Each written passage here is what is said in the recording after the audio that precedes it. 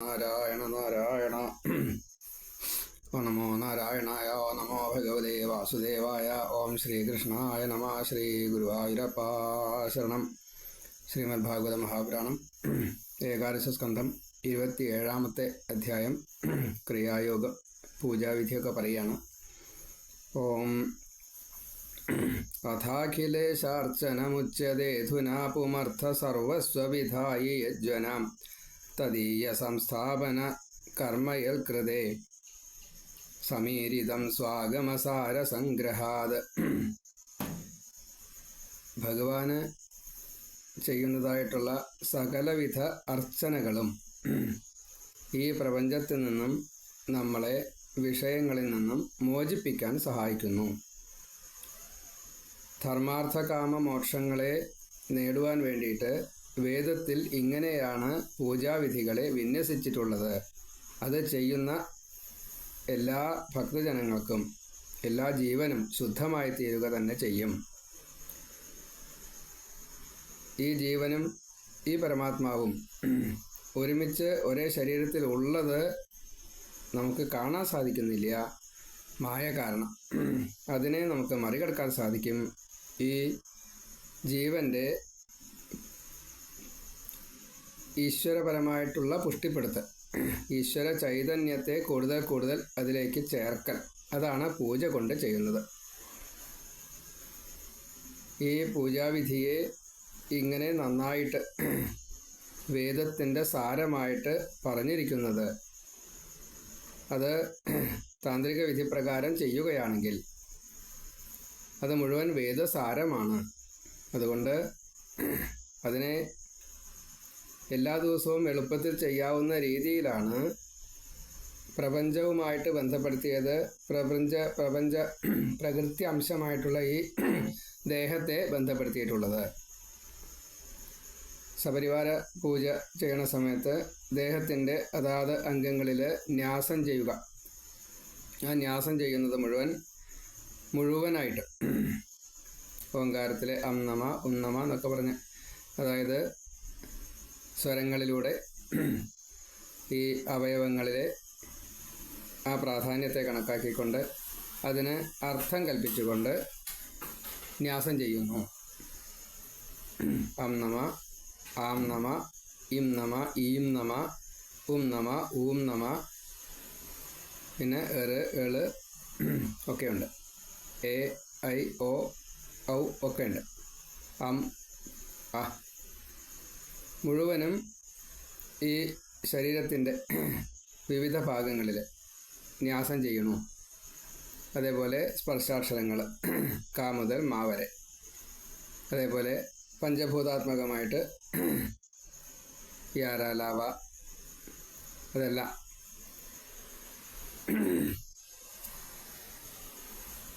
ഒരു സരസ്വതിക്കുള്ള പൂജയ്ക്കുള്ള മൂലമന്ത്രം പോലും ഈ 49 അക്ഷരങ്ങളാണ്. അപ്പം അത്രയും കൂടുതൽ ഹാക്ഷ അത് സെപ്പറേറ്റ് ആയിട്ട് വേറെ പറയണമുണ്ട്. 51 അക്ഷരാളി.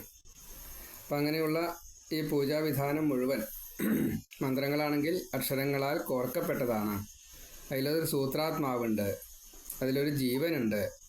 അത് ജപിക്കും തോറും ഈ ജീവൻ്റെ പുഷ്ടിക്ക് കാരണമായിത്തീരുന്നു. വളരെ വിശദമായിട്ടുള്ളൊരു വ്യാഖ്യാനമാണ്.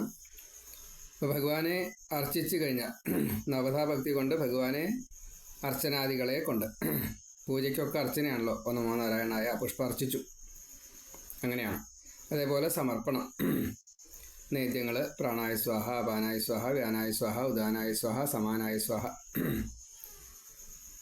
അപ്പോൾ ഓരോന്നായാലും ഇനിയിപ്പോൾ ഹോമാചാരമായാലും വ്യാഹൃതി തൊട്ടുള്ളതൊക്കെ സ്വാഹ, ഭൂസ്വാഹ, ഭുവസ്വാഹ, സ്വസ്വാഹ, ഭൂർഭുവസ്വസ്വാഹ.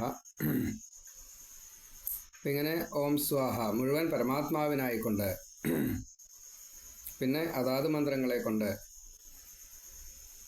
ഇതൊന്നും എനിക്കുള്ളതല്ല, ഇതെന്നാ മമ. അപ്പം ഇങ്ങനെ സകലതും സമർപ്പിക്കുകയാണ് ചെയ്യുന്നത്. ആ സമർപ്പിച്ചത് തിരിച്ച് ഭഗവാൻ പ്രസാദമായിട്ട് തരുന്നതിനെ സ്വീകരിക്കുമ്പോൾ നമ്മുടെ ഈ ജീവചൈതന്യം വളരെയധികം പുഷ്ടിപ്പെട്ട് എപ്പോഴാണോ പരമാത്മാവുമായിട്ട് തുല്യത പ്രാപിക്കാൻ തക്കവണ്ണം പുഷ്ടിപ്പെടുന്നത്, അപ്പോൾ ഒന്നായിട്ട് തീരുകയും ചെയ്യും. കാരണം പൂജ എന്നുള്ളത് പകാരം പാപപുണ്യാദികളെല്ലാം ഇല്ലാണ്ടാക്കാനും ജകാരം ജന്മവിച്ഛേദനം ചെയ്യാനും ആണ്. അപ്പോൾ വീണ്ടും ഒരു ജനിക്കൽ സംഭവിക്കില്ല. ഇവിടെ നിന്ന് നേരെ ലയം കിട്ടുകയാണ് ഇതേ ശരീരം കൊണ്ട്. പിന്നീട് ഒരു ശരീരം സ്വീകരിക്കേണ്ടി വരില്ല എന്ന് സാരം. അതാണ് ഇപ്പോൾ ഇവിടെ നാരദനായാലും വ്യാസൻ ആയാലും ബൃഹസ്പതി ആയാലും മനു ആയാലും ഭൃഗു ആയാലും ബ്രഹ്മാവായാലും ശിവനായാലും അതേപോലെ ശ്രീകൃഷ്ണനായാലും ഈ ഉപദേശം ചെയ്യുന്ന എല്ലാ സദ്ഗുരുക്കന്മാരും ഈ പൂജാവിധിയെ വളരെ വിസ്തരിച്ച് പറഞ്ഞിരിക്കുന്നു. കർമ്മവാസന നാശം ആണ് ഇതിൻ്റെ ഫലം. വൈദികമായിട്ടും താന്ത്രികമായിട്ടും രണ്ടും കൂടിയിട്ട് മിശ്രമായിട്ടും. ഇനി അതേപോലെ തന്നെ അങ്ങനെ വിധിക്കണ്ട, അങ്ങനെയുണ്ട്. സ്വേച്ഛ അനുസരിച്ച് ചെയ്യാം, വിരോധമൊന്നുമില്ല. നെഗറ്റീവ് പുറപ്പെടരുതെന്ന് മാത്രമേ ഉള്ളൂ. ഒരു കാരണവശാലും മറ്റൊരാൾക്ക് വിഷമമുണ്ടാവുന്ന രീതിയിൽ, ലോകത്തിന് അഹിതമായിട്ടുള്ള രീതിയിൽ നമ്മിൽ നിന്നൊരു പ്രാർത്ഥന വരരുത്, അത്രയേ ഉള്ളൂ. അങ്ങനെയാണെങ്കിൽ അത് മഹാദേവനാൽ പറയപ്പെട്ടതായിട്ടുള്ള മുക്തിദീപത്തിലെ, മുക്തിദീപം എന്ന അതിൻ്റെ പേര്, മുക്തിക്ക് പ്രകാശം തരുന്നത്. അപ്പോൾ അതിൽ പറഞ്ഞതിനെ നമ്മൾ അനുസരിക്കുകയാണെങ്കിൽ, അത് ചെയ്യുകയാണെങ്കിൽ മുക്തിക്ക് കാരണമായിട്ട് തീരാൻ ഇനി വേറൊന്നും വേണ്ട. അപ്പം അത്രയ്ക്കുണ്ട്. ഇനി അതേപോലെ തന്നെ ഈ പൂജാവിധിക്കിടയ്ക്ക് പുരാണം കുറച്ച് കേൾപ്പിച്ചോളൂ, പാട്ട് പാടിക്കോളൂ, സൂക്തം ജപിച്ചോളൂ, നൃത്തം ഒന്ന് ചെയ്ത് കാണിച്ചോളൂ, വാദ്യഘോഷങ്ങൾ ലേശായിക്കോട്ടെ. അപ്പം ഇങ്ങനെ ഓരോന്നും ഇപ്പോൾ നടടച്ച് ഇരിക്കുന്ന സമയത്ത് പാണി കൊട്ടിയിട്ട് പാടാറുണ്ട്, അഷ്ടപതി പോലത്തെ. അതൊക്കെ സ്തുതിയാണ്. അവിടെ പുഷ്പാഞ്ജലി സമയത്ത് സൂക്തങ്ങൾ ചൊല്ലിയിട്ട്, മൂലമന്ത്രങ്ങൾ ചൊല്ലിയിട്ട്, സ്തുതികൾ ചൊല്ലിയിട്ട് ഭഗവാനെ സന്തോഷിപ്പിക്കാറുണ്ട്. വലിയമ്പലത്തിലിരുന്ന് പുരാണങ്ങളെ പാരായണം ചെയ്യാറുണ്ട്. ഇതൊക്കെ അതിൻ്റെ വിധിയാണ്. ഇതൊന്നും ഉപേക്ഷിക്കാൻ പാടില്ല. ഇതിനു വേണ്ടിയിട്ട് സമയം കണ്ടെത്തുന്നത് ജീവിതത്തിലെ നിർബന്ധമായിട്ടും എല്ലാ ദിവസവും ചെയ്യേണ്ടതാണ് എന്ന് സാരം. നമ്മൾ ഉണ്ണാനും ഉറങ്ങാനും സമയം കാണുന്നുണ്ട്, സ്നാനം ചെയ്യാനും ആഹാര നിഹാര വിഹാര നിദ്രാദികൾക്ക് നമ്മൾ സമയം കാണുന്നുണ്ട്. അപ്പോൾ ഇതിനെന്തുകൊണ്ട് സമയം കാണുന്നില്ല? നിർബന്ധമായിട്ടും ഇതിനും സമയം കാണണം. അങ്ങനെ ചെയ്യുമ്പോൾ ഇരുന്ന് ചെയ്യാം, നടന്ന് ചെയ്യാം, പണിയെടുക്കുമ്പോൾ ചെയ്യാം. അത് പൂജാവിധാനങ്ങൾക്ക് വ്യത്യാസം ഉണ്ടെന്ന് മാത്രമേ ഉള്ളൂ, അർച്ചനാദികൾക്ക് വ്യത്യാസം ഉണ്ടെന്ന് മാത്രമേ ഉള്ളൂ, ജപസ്മരണാദികൾക്കൊക്കെ വ്യത്യാസം ഉണ്ടെന്ന് മാത്രമേ ഉള്ളൂ. ഇരുന്ന് ഓങ്കാരം ധ്യാനിക്കാം, നടന്നിട്ട് ജപാദികൾ ചെയ്യാം, അങ്ങനെ ഓരോന്നുണ്ട്. ബാഹ്യമായിട്ടും ആന്തരമായിട്ടും പൂജാവിധാനമുണ്ട്. മാനസപൂജയാണ് ഭഗവാൻ ഏറ്റവും ഇഷ്ടം, കാരണം മുഴുവൻ സമർപ്പിക്കുകയാണ്. ഇനി പൂജാവിധികളെ കുറിച്ച് പറയുമ്പോൾ എന്തെങ്കിലും ഒരു ബിംബത്തിനെ കണ്ടിട്ട് നിലത്ത് മെഴുകി നേദിക്കുക, അങ്ങനെ പതിവുണ്ട്. വെറുതെ ഒരു വിളക്ക് വെച്ച് അതിൽ നേദിക്കാറുണ്ട്. അതേപോലെ ഹോമാചാരത്തോട് കൂടിയിട്ട് അഗ്നിയിലേക്ക്, അതേപോലെ സൂര്യനെ സങ്കല്പിച്ച് ചന്ദ്രനെ സങ്കല്പിച്ച് നീ പഞ്ചഭൂതങ്ങളെ സംബന്ധിച്ച് അത് അങ്ങനെ സ്മരിച്ചുകൊണ്ട് ഇപ്പോൾ കലശത്തിൽ ജലം വെച്ചുകൊണ്ട് അതിലേക്ക് പതിവുണ്ട്. അഗ്നി ഇപ്പം നമ്മൾ നേരത്തെ പറഞ്ഞു. അങ്ങനെ ഓരോന്നിലും ഭൂമിക്ക് തന്നെ നേരിട്ട് പൂജയുണ്ട്. അപ്പോൾ ഇങ്ങനെ ഓരോന്നിലും ഭൂമിയിൽ ഭഗവാന്റെ സാന്നിധ്യത്തെ വരുത്തിയിട്ട് പത്മം ഇട്ടിട്ടായാലും വേണ്ടില്ല, വിളക്ക് വെച്ചിട്ടായാലും വേണ്ടില്ല. ഇനി പീഠസങ്കല്പത്തിൽ മറ്റേ നാളികേരവും ചളികി, നെല്ല്, അരി, വസ്ത്രം, നാളികേരം, കൂർച്ചം അങ്ങനെയൊക്കെ വെച്ചിട്ടായാലും വേണ്ടില്ല, ദേവനെ അതിലേക്ക് കൊണ്ടുവരിക. ഒരു ബ്രാഹ്മണനെ, ഒരു ബാലനെ, ഒരു കുമാരിയെ സുമംഗലി പൂജയായിട്ട് വെച്ചാൽ അങ്ങനെ, ദമ്പതി പൂജയായിട്ടാണ് വെച്ചാൽ അങ്ങനെ, മാതൃപൂജയായിട്ട് വെച്ചാൽ അതങ്ങനെ, ഇനി തുളസി ആല അങ്ങനെ വെച്ചാൽ അങ്ങനെ, അല്ല പശു ആന അങ്ങനെ അങ്ങനെ വെച്ചാൽ അത്. ഇതിനൊക്കെ വിധികളുണ്ട്. അപ്പോൾ നമ്മൾ പൂജിക്കാൻ തയ്യാറാവുക മാത്രമേ വേണ്ടൂ. എങ്ങനെ പൂജിച്ചാലും ഭഗവാൻ സ്വീകരിക്കും. സർവദേവ നമസ്കാരം കേശവം പ്രതി ഗച്ഛതി. പൂജ ചെയ്യുന്നത് ശരീരത്തിൻ്റെയും മനസ്സിൻ്റെയും ശുദ്ധിക്കാണ് എന്ന് അറിഞ്ഞാലേ ഈ പൂജയ്ക്കൊരു ഫലമുള്ളൂ. അതിന് നമ്മൾ ആദ്യം ചെയ്യേണ്ടത് ദേഹശുദ്ധിയാണ്. ദേഹശുദ്ധിക്ക് പുറമേത്തെ ശുദ്ധി സ്നാനം കൊണ്ട് കഴിയും. ആന്തരികമായിട്ടുള്ള ശുദ്ധികൾ പ്രാണായാമാദികളെ കൊണ്ട് കഴിയും. അതിനെ മന്ത്രബോധമാക്കിയിട്ട് ചെയ്യുമ്പോൾ കുറച്ചും കൂടി ശുദ്ധമായി. പിന്നെ ന്യാസാദികൾ ചെയ്യുമ്പോൾ കുറച്ചും കൂടി ശുദ്ധമായി. അങ്ങനെ പരമാവധി ശുദ്ധമാണ്. ഈ ദേഹത്തെ ശുദ്ധമാക്കുക എന്നുള്ളത് വളരെ പ്രയാസമാണ്. അത് കഴിഞ്ഞിട്ട് വേണം മനസ്സിൻ്റെ ശുദ്ധിക്ക് വേണ്ടിയിട്ട്. എത്ര ബുദ്ധിമുട്ടുണ്ടെന്നറിയോ? ദേഹത്തെ ശുദ്ധീകരിക്കാൻ തന്നെ വളരെ ബുദ്ധിമുട്ട്. അത് കഴിഞ്ഞ് മനസ്സിനെയും കൂടി ശുദ്ധീകരിക്കണമെച്ചാൽ അത്ര വിഷമമുണ്ട്. ഈ ഒരു ദിവസം കൊണ്ട് ഒരു പൂജ ചെയ്തുകൊണ്ട് എനിക്ക് ആ കാര്യം നടന്നില്ല എന്ന് പറഞ്ഞിട്ട് കാര്യമില്ല. കാരണം അത്രയും പാപം ഇവിടെ കിടക്കുക. പലരും കാണാറുണ്ട് ഈ പരിഹാരങ്ങളൊക്കെ വരുമ്പോൾ എല്ലാവർക്കും പാപം ഒരുപോലെ അല്ലല്ലോ. ചിലവർക്ക് വേഗം ഫലിക്കും. എന്താ കാരണം വെച്ചാൽ അവർക്ക് പാപം അത്ര ഇല്ല, നമ്മൾ ചെയ്യാഞ്ഞിട്ടല്ല. അപ്പോൾ കാശ് കൂടി പറയാ. അത്രയും പാപം അവർ ചെയ്തിട്ടുണ്ട്. എന്നിട്ട് അത് മനസ്സിലാക്കില്ല. അത് പറഞ്ഞാൽ വലിയ അലോഗ്യമായി. അയാളാരാ? ഇന്നത്തെ സമൂഹത്തിൻ്റെ ഒരു ഉയർച്ചയില്ലായ്മ, മാനസികമായിട്ടുള്ളൊരു ഉയർച്ചയില്ലായ്മ വളരെ പ്രകട. എന്നിട്ട് തോന്നിയത് പറയും. അത് 99% അന്യനെ കുറ്റപ്പെടുത്തി കൊണ്ടല്ലാതെ കൊണ്ട് പറയൂല. ഇപ്പം ഞാൻ പറയുന്നതും അത് തന്നെയാണല്ലോ. പക്ഷേ ഞാൻ പറയുന്നതിൽ ഒരു സത്യമുണ്ട്. സത്യമുണ്ട് വെച്ചാൽ ഇങ്ങനെ ചെയ്യാൻ പാടില്ല എന്ന് അറിഞ്ഞുകൊണ്ടാണ്. എനിക്കിപ്പോൾ അതുകൊണ്ട് പ്രത്യേകിച്ച് നേട്ടമില്ല, നഷ്ടമില്ല.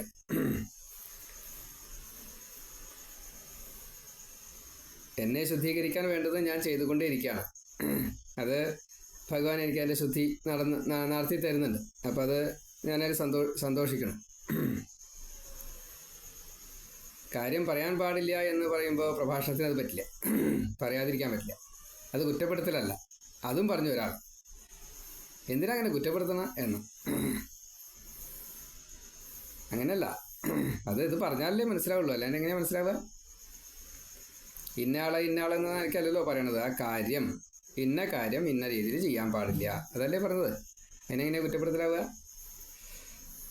അപ്പോൾ ഈ ശുദ്ധി അത് മനസ്സിന് വരാതെ കണ്ട് നമുക്ക് മുക്തി കിട്ടില്ല. അപ്പോൾ മുക്തി കിട്ടാൻ വേണ്ടുന്ന രീതിയിൽ വേണം പ്രവർത്തിക്കാൻ. അത് വളരെ പ്രധാനമാണ്. ലക്ഷ്യം വയ്ക്കുന്നത് എന്തോ അതിലേക്ക് എത്തിച്ചേരാനുള്ള മാർഗമായിട്ടാണ് പൂജയെ പറഞ്ഞിരിക്കുന്നത്.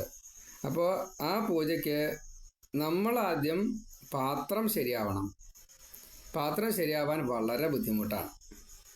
അപ്പോൾ ആ പാത്രത്തെ ശരിയാക്കൽ പോലും ഒരു വലിയ പൂജയാണ്.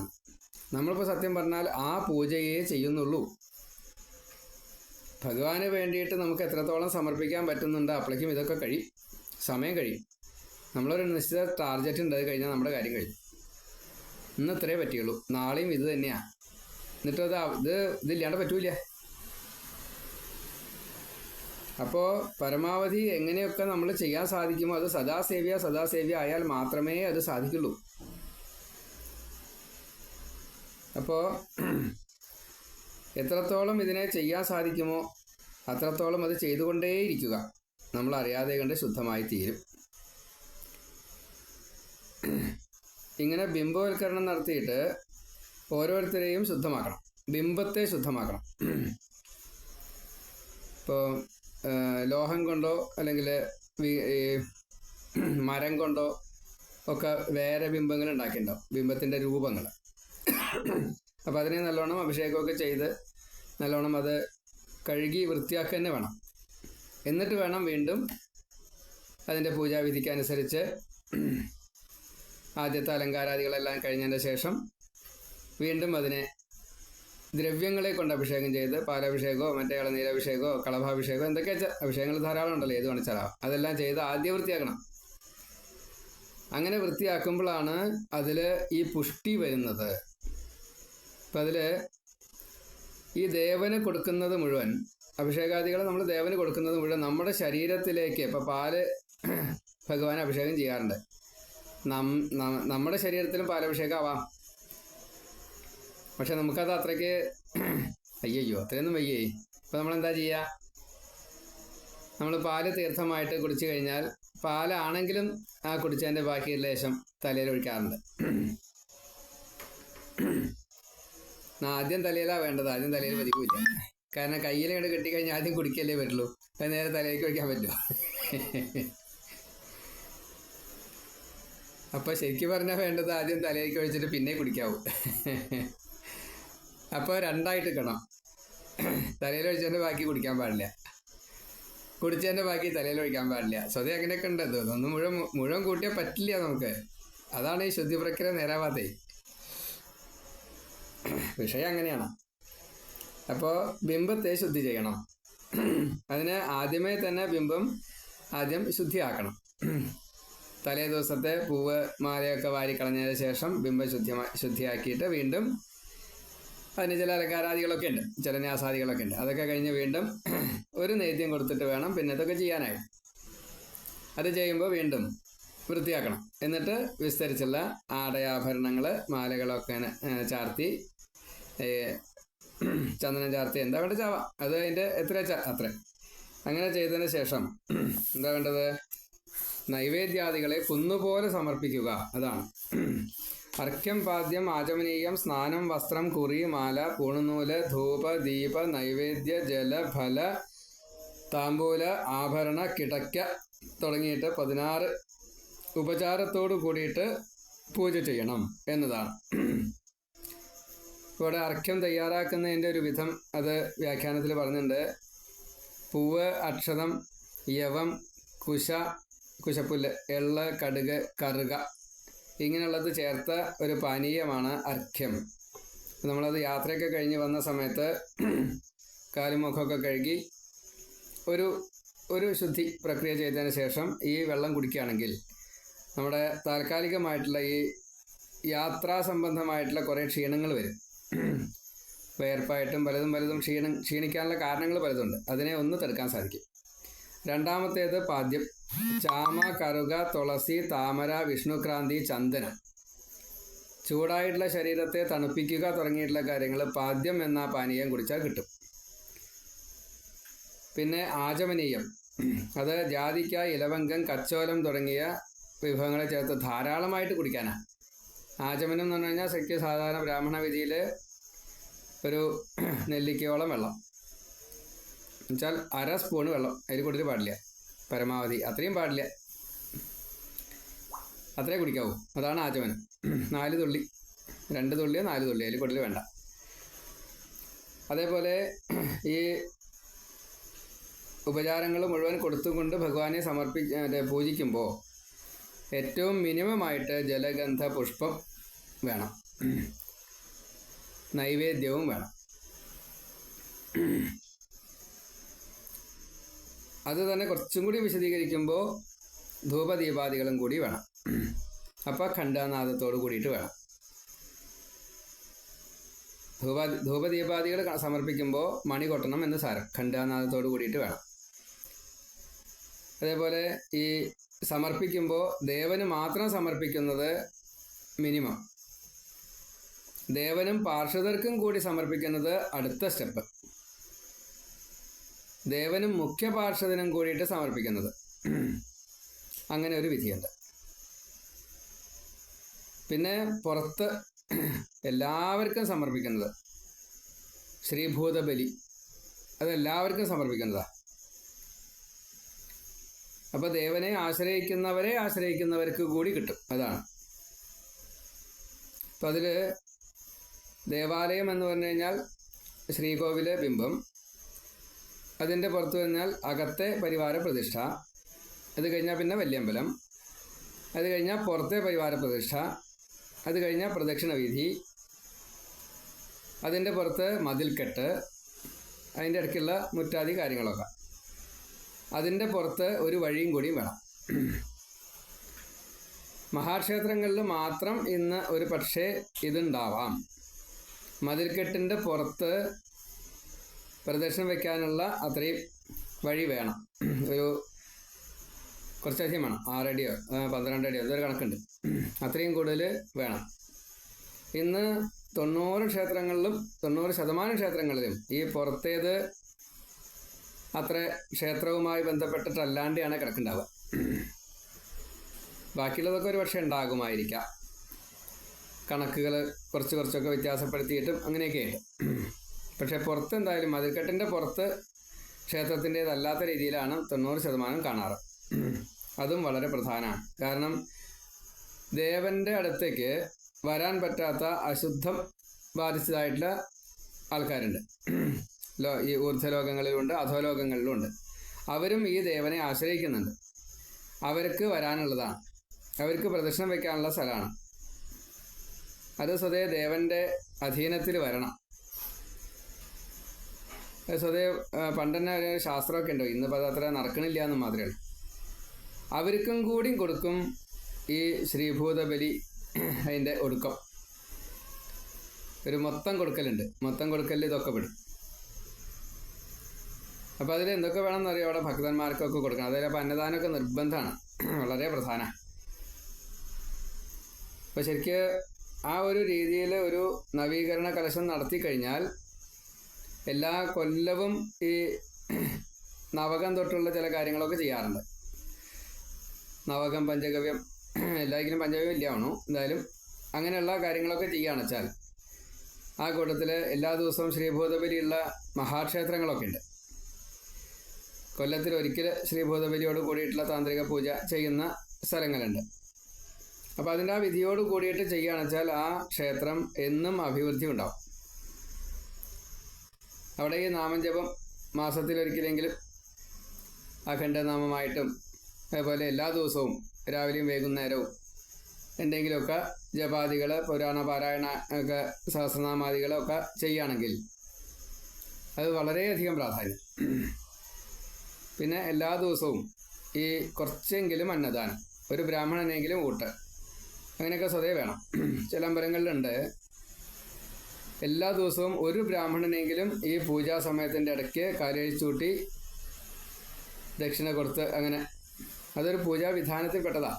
നിർബന്ധമായിട്ടും ചെയ്യണം എന്ന് പറയാറുണ്ട്. ഇതൊക്കെ ഈ പൂജാവിധിയിൽ പെട്ടതാണ്, താന്ത്രികമായിട്ടും വൈദികമായിട്ടും. അപ്പോൾ ഇതിലെന്തെല്ലാം സംഭവിച്ചു? ദേഹശുദ്ധിക്ക് വേണ്ടിയിട്ട് ഈ പ്രാണായാമാദികൾ തൊട്ടുള്ള സകലതും, യമനിയമം തൊട്ടുള്ള സകല കാര്യങ്ങളും അതിൽ പറഞ്ഞിട്ടുണ്ട്. സമാധി വരെ, ഏറ്റവും ഒടുക്കമായിട്ട് നമുക്ക് ആ സമാധി പുഷ്പാഞ്ജലി കഴിഞ്ഞ് കഴിഞ്ഞാൽ സമാധി വരുന്നുണ്ട്. നമുക്ക് അത്രയ്ക്കൊന്നും സമയമില്ലാത്തത് കൊണ്ട് അത് ചെയ്യണില്ല എന്ന് മാത്രമേ. എന്നാലും സങ്കല്പമൊക്കെ വരുന്നുണ്ട്. പിന്നെ സമർപ്പണങ്ങളിൽ ഛത്ര ചാമരാദി സർവ ഉപചാരത്തോടു കൂടിയിട്ട് അങ്ങേ ഇതാ കാഴ്ചകൾ വെച്ചുകൊണ്ട് ഞാൻ നമസ്കരിക്കുന്നു. ഒരു തുള്ളി വെള്ളമാണ് ശംഖിൽ നമ്മളത് കൊടുക്കുക.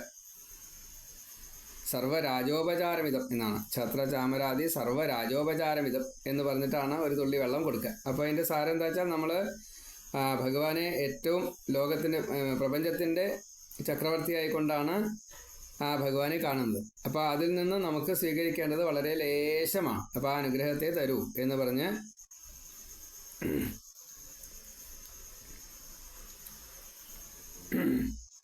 ഇങ്ങനെ ഭഗവാന്റെ പ്രസാദത്തെ സ്വീകരിച്ചുകൊണ്ട് ആ പൂവിനെ മണത്ത്, പൂജാവിധിയിലുള്ളതാണ്, പൂവിനെ മണത്ത് അത് കളഞ്ഞ് കൈ കഴുകി വീണ്ടും പൂവെടുത്ത് തലയിൽ ചൂടി ആണുങ്ങളാവുമ്പോൾ വലത്തെ ചെവിയിൽ അവിടെയാണ് വയ്ക്കുക. തലയിൽ ചൂടിയിട്ട് വലത്തെ ചെവിയിൽ വയ്ക്കും. ഒക്കെ നിയമമാണ്. അങ്ങനെ വേണ്ട രീതിയിലാണ് അത് ചെയ്യുന്നതെങ്കിൽ അതിൻ്റെ ഫലം വളരെ കൂടുതലാണ്. അതൊക്കെ കഴിഞ്ഞാൽ നമസ്കരിക്കുകയും വേണം. പൂജയുടെ ഇടയ്ക്കുള്ളൊരു നമസ്കാരമുണ്ട്. അത് ബലി തൂവൽ കഴിഞ്ഞതിൻ്റെ ശേഷമുള്ള നമസ്കാരമാണ്. അതല്ല, പൂജ കഴിഞ്ഞാൽ നമസ്കരിക്കണം. അപ്പോൾ പൂജ കഴിഞ്ഞിട്ടുള്ള നമസ്കാരം ചെയ്തിട്ടില്ല വെച്ചാൽ അത് പൂർത്തിയാവുമോ സംശയമാണ്. ഒരു മാനസപൂജയൊക്കെ വേണം ആ സമയത്ത്. പതിവുണ്ട്, തന്ത്രിമാരൊക്കെ നല്ലോണം ചെയ്യും. കാരണം അവർക്കറിയാം ഇതിൻ്റെ ഈ ചെയ്യുന്നത് മുഴുവൻ എനിക്ക് വേണ്ടി മാത്രമല്ല, ലോകത്തിന് വേണ്ടിയിട്ടും കൂടിയിട്ടാണ്.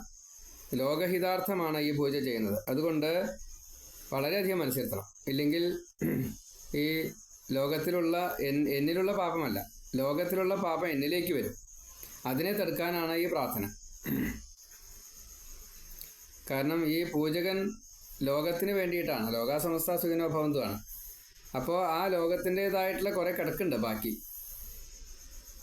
അതിനെ മുഴുവൻ തീർക്കാൻ അത് ആർക്കെങ്കിലും ഒരാൾക്ക് കൊടുക്കണ്ടേ? അത് ആർക്കാ തീർക്കാൻ പറ്റുക? തീർക്കാൻ പറ്റുന്ന ആൾ തന്ത്രിയാണ്. അപ്പോൾ തന്ത്രിയിലേക്ക് അത് വരും. അപ്പോൾ തന്ത്രിയിലേക്ക് വരുമ്പോൾ അതിനെ തടുക്കാൻ എന്താ ചെയ്യുക? ഭഗവാനിൽ ആശ്രയമല്ലാതെ വേറെ മാർഗമില്ല. അപ്പോൾ നമസ്കരിക്കാതെ കണ്ട് പാടില്ല. അപ്പോൾ പൂജ കഴിഞ്ഞിട്ട് എന്തിനാണ് നമസ്കരിക്കണം എന്ന് ചോദിച്ചിട്ട് കാര്യമില്ല. പൂജ കഴിഞ്ഞാലാണ് നമസ്കരിക്കേണ്ടത്. ഇതിൻ്റെ കാരണം ഇതാണ്. അതേപോലെ ഭഗവാനെ സങ്കല്പിക്കുമ്പോൾ നമ്മൾ പീഠസങ്കല്പം ധാരാളമായിട്ട് പറഞ്ഞു. താമര, അതിലാണ് ഭഗവാന്റെ പീഠം. അതിനുശേഷം അതിൽ സൂര്യനെ കാണുന്നു, അതിൻ്റെ മീതെ ചന്ദ്രനെ കാണുന്നു, ചന്ദ്രൻ്റെ മീതെ അഗ്നിയുടെ നാളത്തെ കാണുന്നു. ആ നാളത്തിൻ്റെ ഉള്ളിലാണ് ഭഗവാന്റെ ചൈതന്യത്തെ രൂപത്തോട് കൂടിയിട്ട് കാണുക. ആ ദേവനെയാണ് പൂജിക്കേണ്ടത്. അപ്പോൾ അതിൽ ശംഖുചക്ര ഗദാ പത്മത്തോട് കൂടിയിട്ട്, അതേപോലെ വില്ല്, അമ്പ്, വാള്, പരിച, അതേപോലെ പാശാങ്കുശം, ഒലയ്ക്ക, കലപ്പ, ഇങ്ങനെയുള്ളതൊക്കെ അനവധി ആയുധങ്ങളുണ്ട്. കുറച്ച് ആയുധങ്ങളെ പറഞ്ഞു എന്ന് മാത്രമേ ഉള്ളൂ. സർവായുധ വിഭൂഷണിതായിട്ട് വേണം, സർവ ആഭരണ വിഭൂഷിതനായിട്ട് വേണം. പൂണുനൂല്, മഞ്ഞപ്പെട്ട തുടങ്ങിയുള്ള സകലതും കണ്ടും കൊണ്ട്. അതേപോലെ നന്ദൻ, സുനന്ദൻ, ചണ്ഡൻ, പ്രചണ്ഡൻ, ബലൻ, മഹാബലൻ, കുമുദൻ, കുമുദേക്ഷണൻ, ജയൻ, വിജയൻ, അങ്ങനെ പാർഷദന്മാരും ധാരാളമുണ്ട്. അവരെയും ഈ ദേവന്റെ ഒപ്പം കണ്ടുകൊണ്ട് വേണം പൂജിക്കാനായിട്ട്. അവർക്കൊക്കെ സമർപ്പിച്ച് വേണം പൂജിക്കാനായിട്ട്. ഒപ്പം ദുർഗ, വിഷ്ണുമായ, വിനായകൻ, വ്യാസൻ, വിശ്വക്സേനൻ, അഷ്ടദിക്പാലകർ, ഇവർക്കൊക്കെ സമർപ്പിക്കണം. കാരണം ഈ പാലകൻ ഈ മറ്റ് അഷ്ടദിക്പാലകരിലൂടെയാണ്, മറ്റ് ദേവന്മാരിലൂടെയാണ് ഈ പാലകവൃത്തി മുഴുവൻ ചെയ്യിക്കുന്നത്. അപ്പോൾ അവർക്കൊക്കെ നമ്മൾ പൂജ സമർപ്പിക്കണം. അതിൽ വീഴ്ച വരുത്താൻ പാടില്ല. അനന്തപത്മനാഭനായിട്ടുള്ള നാരായണന്, അപ്പോൾ അനന്തന് വേണം, ഗരുഡന് വേണം, ഭൂമിദേവിക്ക് വേണം, ലക്ഷ്മിക്ക് വേണം.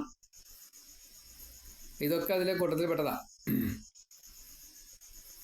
ഇപ്പോൾ വാഹനം എന്നുള്ള നിലയ്ക്ക് ഒക്കെ ഉണ്ട്. എല്ലാം അങ്ങനെയാണ്. ഈ വൈകുണ്ഠനാഥന്, പാലാഴിനാഥന്, ആ ഭഗവാന് ഇങ്ങനെ പൂജ സമർപ്പിക്കുമ്പോൾ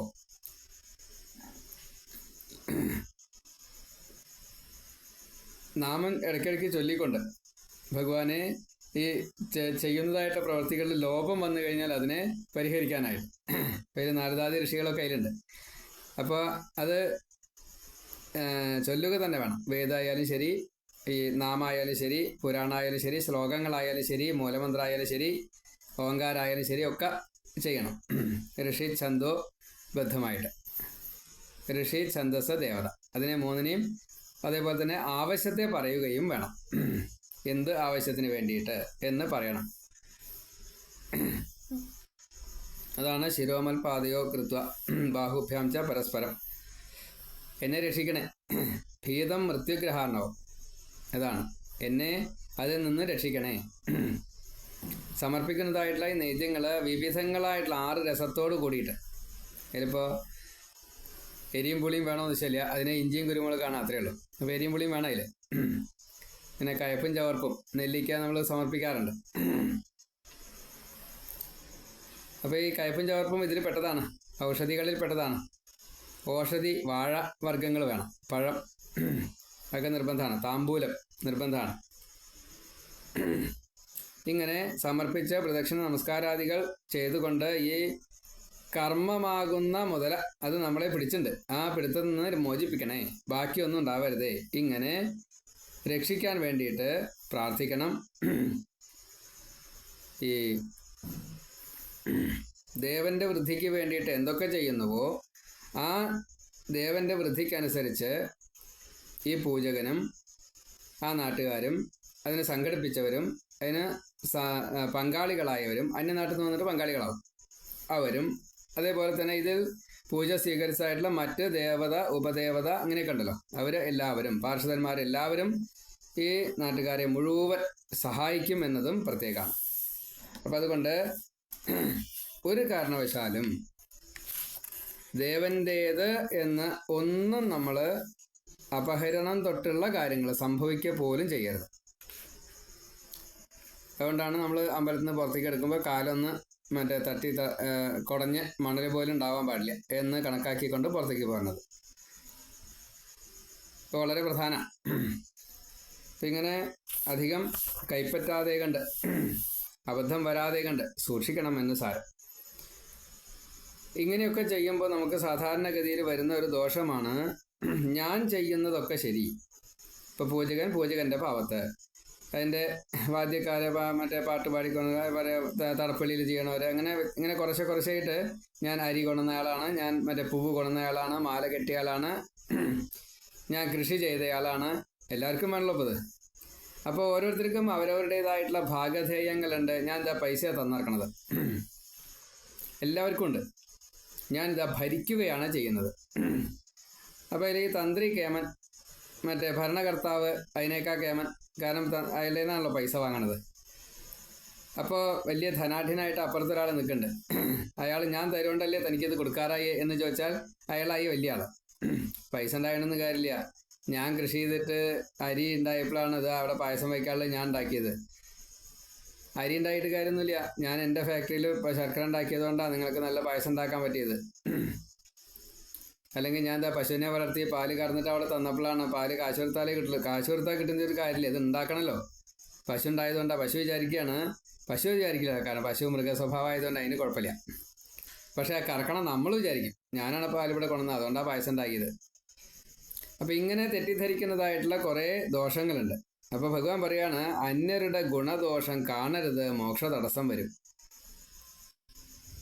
നമുക്കുണ്ടാവുന്ന ഭാവവ്യത്യാസങ്ങൾ അമ്പലത്തിൽ ചെന്നാൽ അത് എന്നും കാണാം. എന്തൊക്കെ തോന്നിയാസങ്ങളാണ് ഓരോരുത്തർ പറയണത് അജ്ഞത കൊണ്ട് എന്നുള്ളത് അറിയില്ല. അത് പരസ്പര ബഹുമാനമില്ലാത്തതുകൊണ്ടാണ്, അവനവനെ സ്വയം മനസ്സിലാക്കാത്തത് കൊണ്ടാണ്. അന്യനില്ലാച്ചാൽ ഞാനില്ല എന്ന് എപ്പോൾ മനസ്സിലാക്കുന്നതോ അപ്പോൾ ഭക്തിയുടെ തുടക്കം. അതുകൊണ്ട് ഭഗവാൻ പറയാണ്, അന്യരുടെ ഗുണദോഷങ്ങൾ കാണണ്ട. യഥാർത്ഥത്തിലുള്ള പരമാർത്ഥ തത്വം എന്താണോ അത് ഭഗവാനാൽ ഇങ്ങനെ വിന്യാസം നാനാത്വമായിട്ട് ചെയ്തത് കൊണ്ടാണ് ഇത് നിലനിൽക്കുന്നത്. അവരുടെ പുണ്യവും പാപവും സംയോജിപ്പിക്കും. ആ പാപങ്ങളെ പരിഹരിക്കാൻ ഈ പൂജ സഹായിക്കും. നല്ലതും ചീത്തയും ഭഗവാനാണ്. ഇപ്പം നമ്മളിപ്പോൾ അഭിഷേകം ചെയ്തു ബാക്കിയുള്ളതൊക്കെ വാരിയെടുത്തു. കോരി എടുക്കേണ്ടതാച്ചാൽ കോരി എടുക്കുക, വാരി എടുക്കേണ്ടതാച്ചാൽ വാരി എടുക്കുക. അപ്പം അതിൽ ലിക്വിഡ് ഉണ്ടാവും, വെള്ളം ജലാംശം ഉണ്ടാവും. എണ്ണയായാലും ജലാംശമാണ്. അത് മുഴുവൻ കഴുകി കളഞ്ഞ് വൃത്തിയാക്കുമ്പോൾ ആ വൃത്തിയാക്കിയത് നമ്മൾ എടുക്കാറില്ല. അഭിഷേകം ചെയ്തതേ നമ്മൾ എടുക്കാറുള്ളൂ. താഴത്തേക്ക് പീഠത്തിൽ നിന്ന് താഴത്തേക്ക് വീണാൽ നമ്മൾ എടുക്കാറില്ല. അതിനാണ് കളയേ പതിവുള്ളൂ വെള്ളം ഒഴിച്ചിട്ട്.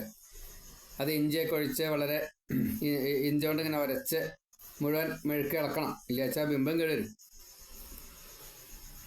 അപ്പോൾ അതിനെ നമ്മൾ എടുക്കാറില്ല. അതിനെടുക്കാൻ അവിടെ പ്രാണിവർഗ്ഗങ്ങളുണ്ട്, അവരത് ചെയ്തോളും. അവരത് ചെയ്തിട്ടില്ലാച്ചാൽ പിറ്റേ ദിവസത്തേക്ക് നാറിയിട്ട് പറ്റില്ല. അവിടെ ഇവിടുന്ന് നമ്മൾ ശ്രീലാദത്ത് പുറത്തേക്കാക്കി കഴിഞ്ഞാൽ അവിടെ ഈ പ്രാണികൾ ഇതിനെ സ്വീകരിക്കും. അവർ അതിനെ മുഴുവൻ ശുദ്ധീകരിക്കും. അവർക്കുണ്ട് ഇതിൻ്റെ അവകാശം. അപ്പോൾ നമ്മൾ ഗുണദോഷ ചിന്തനം ചെയ്ത് കഴിഞ്ഞാൽ ശരിയാവുമോ? നല്ലതും ചീത്തയും ഭഗവാനാൽ വിന്യാസം ചെയ്തതാണ്. ഇത് അറിയണം.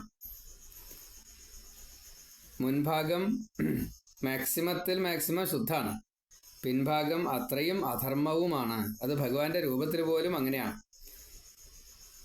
സ്വന്തം നിഴലിനെ ഭയപ്പെടുന്നത് പോലെ, ഈ പ്രതിധ്വനി കേട്ട് കഴിഞ്ഞാൽ ഭയപ്പെടുന്നത് പോലെ നാം ചെയ്യുന്ന കർമ്മങ്ങളുടെ നെഗറ്റീവ്സ് നമ്മളെ പേടിപ്പിച്ചുകൊണ്ടേയിരിക്കും.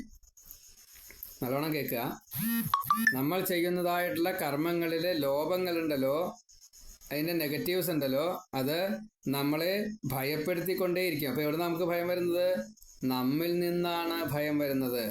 സ്വയമേവ ചിന്തിക്കുക, അപ്പോൾ മനസ്സിലാവും. ഇന്ദ്രിയപ്രീത്യർത്ഥം നമ്മൾ കർമ്മം ചെയ്യുമ്പോൾ അതിൽ മുഴുവൻ പോസിറ്റീവ് സാധ്യല്ല, നെഗറ്റീവ് വരും. ആ നെഗറ്റീവ് നമ്മളെ തെറ്റ് ചെയ്യുന്ന രീതിയിലാണ് ബാധിക്കുക. അത് തെറ്റ് ചെയ്താൽ ശിക്ഷ ഉണ്ടല്ലോ, ആ ശിക്ഷയെയാണ് നാം ഭയപ്പെടുന്നത്. അപ്പം ആരിൽ നിന്നാണ് ഭയം വരിക? നമ്മിൽ നിന്ന് തന്നെയാണ് നമ്മുടെ ഭയം വരുന്നത്. കർമ്മം ചെയ്താലോ ഫലം വരില്ലേ? അനുഭവിക്കാതിരിക്കാൻ പറ്റുമോ? സുഖമായാലും ദുഃഖമായാലും അത് ജീവനെ ബാധിക്കും, പുണ്യപാപങ്ങളായിട്ട് ബാധിക്കും. ഏറ്റവും പ്രീതികരമാണ് ഭഗവാന് സമർപ്പിച്ചതെങ്കിൽ ഭഗവാൻ പ്രത്യക്ഷമാവുക തന്നെ ചെയ്യും. ഭഗവാൻ പ്രത്യക്ഷമായിട്ട് ഇതാ ഇന്ന കാര്യങ്ങളൊക്കെ നല്ലതാണ്, ഇന്ന കാര്യങ്ങളൊക്കെ ചീത്തയാണ്, ചീത്തയ്ക്കുള്ള പരിഹാരം ആദ്യം ചെയ്തോ എന്ന് ഭഗവാൻ പറയും. പക്ഷെ നമുക്കത് കേൾക്കാനുള്ള ആ കാതില്ല, ഗ്രഹിക്കാനുള്ള വ്യുൽപ്പത്തിയില്ല, ജ്ഞാനമില്ല. അപ്പോൾ ചിലത് നമ്മൾ മറ്റുള്ളവരോട് ചോദിക്കും. ചിലർ ഉപമ അങ്ങനെയല്ലേ എന്നൊക്കെ അനുമാനങ്ങൾ, ഊഹം, അങ്ങനെ പലതുമുണ്ട്. അങ്ങനെയൊക്കെ ചിന്തിക്കും. ഇങ്ങനെ നമ്മുടെ ജീവാത്മാവിനെ എത്രത്തോളം ചൈതന്യവത്താക്കി തീർക്കാൻ പറ്റുമോ, എത്രത്തോളം ശുദ്ധമാക്കി തീർക്കാൻ പറ്റുമോ അത്രത്തോളം അസത്യങ്ങളെ മുഴുവൻ ഇല്ലാണ്ടാക്കുക, ആ സത്തുക്കൾ മുഴുവൻ ഇല്ലാണ്ടാക്കുക. അങ്ങനെ നമുക്ക് മുക്തിക്ക് അർഹത തരും. വളരെയധികം മനസ്സിലെത്തണം, ഇല്ലെങ്കിൽ ബുദ്ധിമുട്ടാണ്. അപ്പം നമുക്ക് ഈ നാശകാലത്തിനെ കുറിച്ച് ഉദാഹരണങ്ങൾ പറയുന്നുണ്ട്. ലോഹങ്ങൾ നശിക്കാൻ അനവധി കാലം വേണം. പാറ, ലോഹം ഒക്കെ നശിക്കണം വെച്ചാൽ പാറ പിന്നെയും നശിക്കും. ലോഹം അതിനും കുറേ ശേഷമേ നശിക്കുള്ളൂ. വായു വേഗം നശിക്കും, വെള്ളം അതിൻ്റെ ശേഷം നശിക്കും. അങ്ങനെ ഓരോന്ന് നാശപ്രക്രിയ ഉണ്ട്. അപ്പോൾ അതിൽ ഇപ്പോൾ പഞ്ചഭൂതാത്മക നാശമല്ല ഞാൻ ഉദ്ദേശിച്ചത്, ഈ വസ്തുനാശം. അത് ക്രമേണയായിട്ട് ഇപ്പോൾ നമ്മളിൽ ഉണ്ടാകുന്നതായിട്ടുള്ള ഈ നെഗറ്റീവ്സും ഇതേപോലെ തന്നെയാണ്. അപ്പം അതിൽ ഏറ്റവും പ്രബലമായിട്ട് നിൽക്കുന്നത് കാമം ആണ്. ക്രോധമൊക്കെ നശിക്കാൻ പ്രയാസമില്ല, പക്ഷെ കാമം നശിക്കാൻ ബുദ്ധിമുട്ടാണ്. കാമക്രോധ ലോഭ മോഹ മത മത്സരം എന്നാണ്. അപ്പോൾ മത്സരബുദ്ധി അങ്ങോട്ട് ഇല്ലാണ്ടായി കഴിഞ്ഞാൽ സ്വതേ മതം ഇല്ലാണ്ടാവും. മതത്തിൽ നിന്നാണ് മത്സരബുദ്ധി വരും ചെയ്യുക, മതം ഉണ്ടാവാൻ വേണ്ടിയിട്ട്. ലോഭമൊക്കെ ഒഴിവാക്കാൻ പ്രയാസമില്ല എന്നാണ് പറയണം. വൈരാഗ്യം വന്നു കഴിഞ്ഞാൽ ലോഭം ഇല്ലാണ്ടാവും. ഒരു കാര്യം സാധിച്ചില്ല വെച്ചാൽ അതിനെ ചിന്തിക്കണ്ട, അതിനെക്കുറിച്ച് ചിന്തിക്കണ്ട. അപ്പോൾ ക്രോധം ഒഴിവായി എന്നാ. പക്ഷെ കാമം ഒഴിവാവില്ല. കാമം എന്നുള്ളത് ഏറ്റവും ചെറുതും വലിയ കാമമാണ് എന്നാണ്. ഭഗവാങ്കൽ എത്താനുള്ള മോഹം പോലും കാമമാണ്. ഭഗവാനെ എനിക്ക് കാണണം എന്നുള്ളത് കാമമാണ്. പോസിറ്റീവാണെന്ന് മാത്രമേ ഉള്ളൂ. അതിൽ സ്വാർത്ഥം വരാം. ഭഗവാനെ കണ്ടു കഴിഞ്ഞാൽ ഹിരണ്യകശിപുവിനെ പോലെ വരം യാചിച്ചാലോ, ഭഗവാനെ കണ്ടു കഴിഞ്ഞാൽ ധ്രുവനെ പോലെ 36,000 കൊല്ലം ഭഗവാനിൽ നിന്നും ചോദിക്കാതെ കണ്ട് വരം കിട്ടുകച്ചാലോ, പ്രഹ്ലാദനെ പോലെ ഈ എത്ര കാലത്താ ജീവിക്കേണ്ടത്, അത്രയും കാലം ഈ പ്രളയം വരുന്നത് വരെ ജീവിക്കണം എന്നൊരു വരം കിട്ടുകച്ചാൽ എന്താ ചെയ്യുക? സ്വതവേ നമുക്കത് ആഗ്രഹമില്ല. നമുക്ക് സ്വതവേ ഭഗവാങ്കൽ എത്തുക എന്നതാണ് ആഗ്രഹം വേണ്ടത്. അപ്പോൾ അതുപോലും കാമമാണ്. നമ്മളറിയാതെ കണ്ട് ഈ ആഗ്രഹം നമ്മിലേക്ക് വന്നു ചേരും, ഭഗവാനാൽ സാധിപ്പിക്കും. ശരീരം അങ്ങനെയാണ്, പ്രാരബ്ധം ഭുജ്യമാന. അപ്പം അത് കാമത്തിനെയാണ് കീഴ്പ്പെടുത്താൻ പ്രയാസം. എന്ന കൂട്ടത്തിൽ നെഗറ്റീവ്സ് പലതും വരും. ഒരിക്കലും നശിക്കാത്തത് സത്യമായിട്ടുള്ള ഈ ബ്രഹ്മാവസ്ഥ മാത്രമാണ്. അപ്പോൾ അവിടേക്ക് ലയിക്കാനാവണം നമ്മൾ എല്ലാ കരണങ്ങളും മനസ്സാ വചസാ കർമ്മണ ചെയ്യേണ്ടത് എന്ന് സാരം. അതാണ് അപ്പോൾ ഈ പൂജാവിധാനം അതിനുള്ളതാണ്.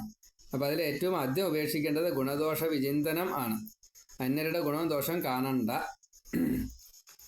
നമ്മൾ ചെയ്യുന്നത് എത്രത്തോളം മാക്സിമം ശുദ്ധമാക്കാൻ പറ്റും, അതിൽ അഹിതം വരാതിരിക്കുക.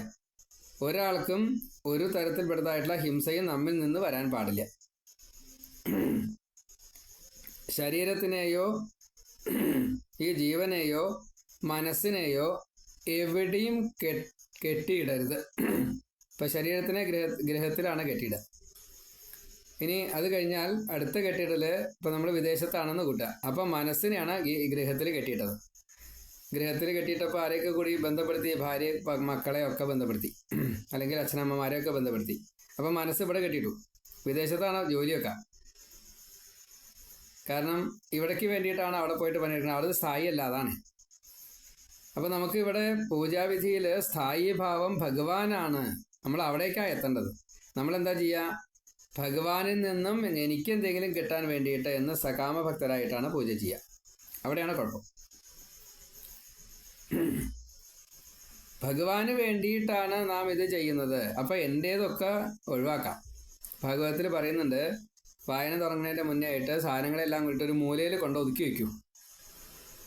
തേവാരം പോലും വേണ്ട. ഇപ്പോൾ ഭഗവാന് വേണ്ടിയിട്ട് നമ്മൾ പൂജാദികൾ ചെയ്യാൻ വേണ്ടി മറ്റേ അമ്പലത്തിൽ പോയി അവിടെ ചെയ്യേണ്ട ചില കാര്യങ്ങൾ, ഓരോരുത്തർക്കും ഓരോ പണികളാണുള്ളത്. അപ്പോൾ വീട്ടുകാര്യങ്ങളെ മറക്കണം. അവിടുത്തെ കാര്യങ്ങൾ കഴിഞ്ഞതിൻ്റെ ശേഷം മാത്രം സമയമുണ്ടെങ്കിൽ വീട്ടുകാര്യം ചെയ്യാം. അതൊന്നും നമ്മൾ കൂട്ടിയാൽ പറ്റില്ല, കാരണം ലൗകിക ജീവിതമാണ്. ഇങ്ങനെയാണ് വേണ്ടതെന്ന് പറഞ്ഞു എന്ന് മാത്രമേ ഉള്ളൂ. ഇങ്ങനെ ഈ ശരീരം എത്ര കാലമാണോ നിലനിൽക്കുന്നത് അത്രയും കാലം, അത് ക്ഷയിക്കുന്നത് വരെ, നശിക്കുന്നത് വരെ പറ്റില്ല, കാരണം ക്ഷയം വന്നു കഴിഞ്ഞാൽ പിന്നെ ചെയ്യാൻ പറ്റില്ല. അപ്പോൾ അതുകൊണ്ട് ക്ഷയിക്കുന്നത് വരെ ചെയ്തുകൊണ്ടേയിരിക്കുക. ആത്മാവ് സാക്ഷിയായിട്ട് എല്ലാം അറിയുന്നുണ്ട്. ഈ ദേവതകൾ മുഴുവൻ നമ്മളെ സഹായിക്കാൻ വേണ്ടി ശ്രമിക്കുന്നുണ്ട്. നമ്മിലുള്ള ഈ ത്രിഗുണങ്ങൾ മുഴുവൻ നമ്മളെ ഈ പ്രകാരത്തിൽ പെടുത്താൻ വേണ്ടി ശ്രമിക്കുന്നുണ്ട്. അതിൽ സാത്വികത്തെ മാത്രം തിരഞ്ഞെടുക്കുക, ശുദ്ധസത്വമാവാൻ വേണ്ടിയിട്ട് മനസ്സുകൊണ്ട് പ്രാർത്ഥിക്കുക, കർമ്മങ്ങളൊക്കെ ആ രീതിയിലാക്കുക. ഇത് വേണ്ട രീതിയിൽ ഗുരുവിൽ നിന്നും മനസ്സിലാക്കുക. ഒരു കാരണവശാലും മുടക്കം വരാതെ കണ്ട് ചെയ്യുക. അതേപോലെ തന്നെ നമ്മൾ ജീവിതത്തിൽ ചില ലക്ഷ്യങ്ങളൊക്കെ നേടിയിട്ടുണ്ടാവും, മനസ്സ് ശുദ്ധമാവാൻ വേണ്ടിയിട്ട്. അതേപോലെ ഭാഗവതം കുറേ മനസ്സിലാക്കിയെന്ന് കൂട്ടുക. പിന്നെ ഭാഗവതം എടുക്കാതിരിക്കരുത്, അത് സ്വാധ്യായം ചെയ്യണം. മന്ത്രങ്ങളൊക്കെ തോന്നിക്കഴിഞ്ഞാൽ പിന്നെ അത് ചെയ്തുകൊണ്ടേ ഇരിക്കണം, മടങ്ങി പോകരുത്. അങ്ങനെയാണ്. അപ്പോൾ നമ്മൾ ചെയ്യുന്നത് ഈ സകാമ ഭക്തി വിഷയങ്ങൾ നേടാൻ വേണ്ടിയിട്ടാണെങ്കിൽ അതിനെ നമ്മൾ ഒന്ന് മനസ്സ് പരിവർത്തനം ചെയ്തുകൊണ്ട് വിഷയങ്ങൾ നേടാനല്ല, ഭഗവാന് വേണ്ടിയിട്ടാണ് എന്ന് ഇപ്പം നമ്മൾ പറയുകയാണ് ചെയ്യുന്നത്. അത് അങ്ങനെ ആവണം. ഇപ്പം നമ്മൾ ഞാൻ ഇതൊക്കെ ചെയ്യണത് ഭഗവാന് വേണ്ടിയിട്ടല്ലേ എന്ന് പറയലും ഈ ഭാവം തമ്മിൽ വളരെ വ്യത്യാസമുണ്ട്. അപ്പോൾ അതുപോലെ ആക്കണം. അങ്ങനെ ആയാൽ മാത്രമേ നമുക്ക് കർമ്മത്തെ ഉപേക്ഷിക്കാൻ സാധിക്കുള്ളൂ.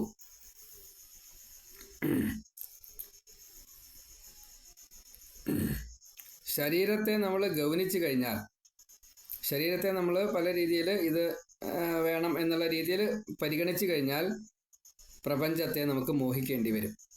പ്രപഞ്ചത്തെ മോഹിക്കണ്ട. പ്രകാശത്തിൽ കാണുന്നതായിട്ടുള്ള വസ്തുക്കൾ ആ പ്രകാശം മറഞ്ഞാലും അവിടെയുണ്ട്, അത് നമുക്ക് കാണാൻ സാധിക്കണം. നമ്മൾ അമ്പലത്തിലാണെങ്കിലും അമ്പലത്തിലല്ലെങ്കിലും ഈശ്വരനെ കാണാനുള്ള മനസ്സ് നമ്മിലുണ്ട്. കണ്ണടച്ചാലും കണ്ണ് തുറന്നാലും നമ്മൾ ബാക്കിയുള്ളത് പലതും ഭ്രമം ആയിട്ട് കണ്ടാലും ഈ ഉള്ളിൽ ഈ ഭഗവത് ചൈതന്യത്തെ കാണാൻ സാധിക്കും. മനസ്സിൻ്റെ പ്രത്യേകത അതാ, അതിനുള്ള കഴിവുണ്ട് മനസ്സിന്. അപ്പോൾ നമ്മൾ മറഞ്ഞിരിക്കുന്ന വസ്തുവായിട്ടുള്ള എന്തോ എന്ന് അറിയാത്തതായിട്ടുള്ള ഈ ഈശ്വര ചൈതന്യത്തെ നമുക്ക് എത്രത്തോളം ഉള്ളിലാക്കാൻ സാധിച്ചു അത്രത്തോളം അതിനെ ഈ പ്രവർത്തികൾക്കിടയ്ക്ക്, ഈ ഭോഗങ്ങൾ അനുഭവിക്കുന്നതിൻ്റെ ഇടയ്ക്ക് ആ ഭഗവാനെ നമുക്ക് സ്മരിക്കാൻ സാധിക്കും. നമ്മളത് പക്ഷേ ദുഃഖം വരുമ്പോൾ മാത്രമേ അനുഭവിക്കണുള്ളൂ, അല്ലെങ്കിൽ അപ്പോൾ മാത്രമേ സ്മരിക്കണുള്ളൂ. അത് സുഖത്തിലും കൂടി വേണം. സുഖത്തിലും ദുഃഖത്തിലും ഇത് ഇനി രണ്ടും ഇല്ലാത്ത സമയമാണെച്ചാലും നിർവികാരത്വമാണെങ്കിലും ഈ ഭഗവത് സ്മൃതി ഉണ്ടാവണം. അത് നശിക്കരുത്, അത് മുടക്കം വരരുത്, അതിൽ നിന്ന് മനസ്സിനെ മടക്കരുത്. അപ്പോൾ ആ ഭഗവാൻ നമ്മിൽ ഇരുന്നു കൊണ്ട് സ്വയം പ്രകാശിതനാണ്. അപ്പം അതുകൊണ്ട് നമ്മിൽ ഇരുന്നു കൊണ്ട് നമ്മുടെ ഈ ജീവനെ പ്രകാശമാനമാക്കി തീർക്കും. അതാണ് പൂജയുടെ ഫലം. കാരണം അത് നിത്യമാണ്, സത്യമാണ്, അപ്രമേയത്വമുണ്ട്. പ്രമേയം അത് നമുക്ക് ഇത്രയും നേരം അളക്കാൻ സാധിക്കില്ല, അത്രയും കൂടുതലാണ്. ഇന്ദ്രിയങ്ങൾക്ക് അപ്രാപ്യമായിട്ടുള്ള ആ ഭഗവാനെ ഈ ശരീരത്തിന് വല്ലാതെ കണ്ട് രജസ് കൂടിയിട്ട് അതിഭയങ്കരമായിട്ട് പണിയെടുത്താലേ ശരീരം അങ്ങോട്ട് അടങ്ങുള്ളൂ. അങ്ങനെ ഒരു അവസ്ഥ വന്നു കഴിഞ്ഞാൽ അപ്പോൾ ഈ ഭജനം മുടങ്ങും എന്നൊരു വിധിയുണ്ട്. അപ്പം അതുകൊണ്ട് ശരീരത്തെ ഒന്നും ഇങ്ങനെ ക്ലേശിപ്പിക്കുന്നതുകൊണ്ട് വിരോധമില്ല. അതിനു വേണ്ടിയിട്ടാണ് വ്രത ഉപവാസങ്ങളെ പറഞ്ഞിരിക്കുന്നത്. ശരീര ശോഷണം, അമിതമായിട്ട് ആഹാരം കഴിക്കാതിരിക്കുക, അങ്ങനെ ഒരു നിയമം പറഞ്ഞിട്ടുണ്ട്. അപ്പം അതുപോലെ ഈ ശരീരത്തിൻ്റെ സുഗമമായിട്ടുള്ള നിലനിർപ്പിന് വേണ്ടിയിട്ട് സ്വസ്ഥത വേണേ. അസ്വസ്ഥത ആയി കഴിഞ്ഞാൽ പ്രശ്നമാണ്.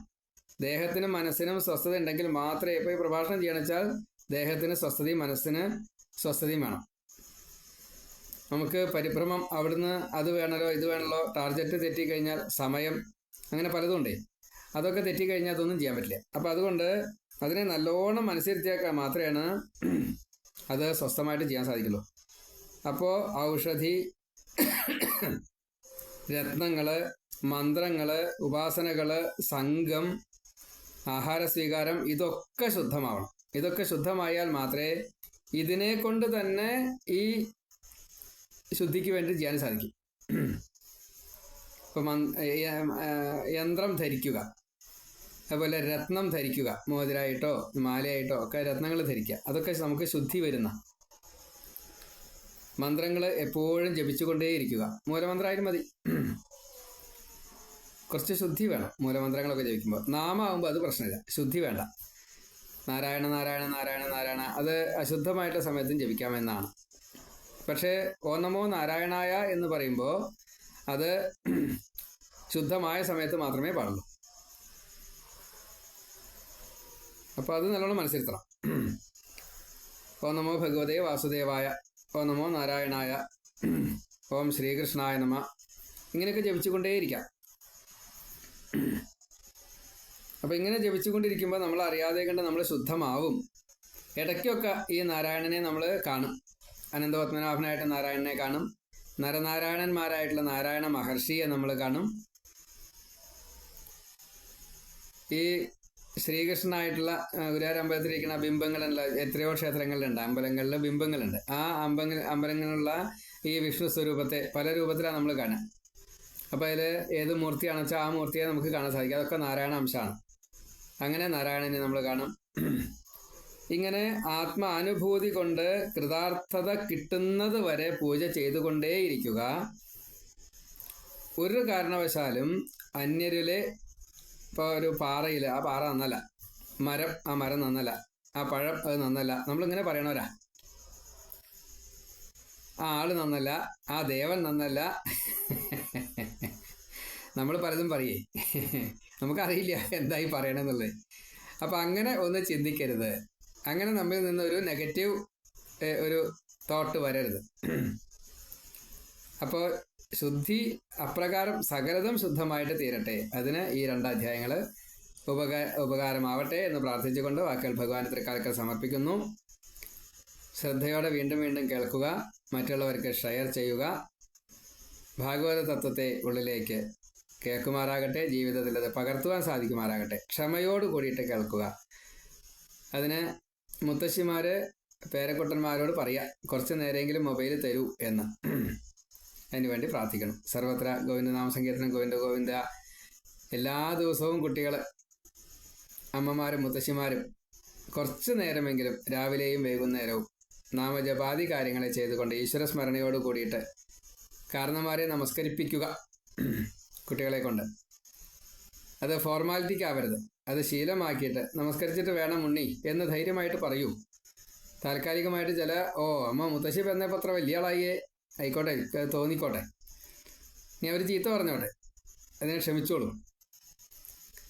ആ കുട്ടികളെ കൊണ്ട് അച്ഛനെയും മുത്തശ്ശന്മാരെയും നമസ്കരിപ്പിക്കുക എന്നത് ദേവനെ മാത്രമല്ല, ഈ പ്രായത്തിന് മുമ്പുള്ളവരെ നമസ്കരിക്കുക എന്നത് ശീലമാക്കിക്കും.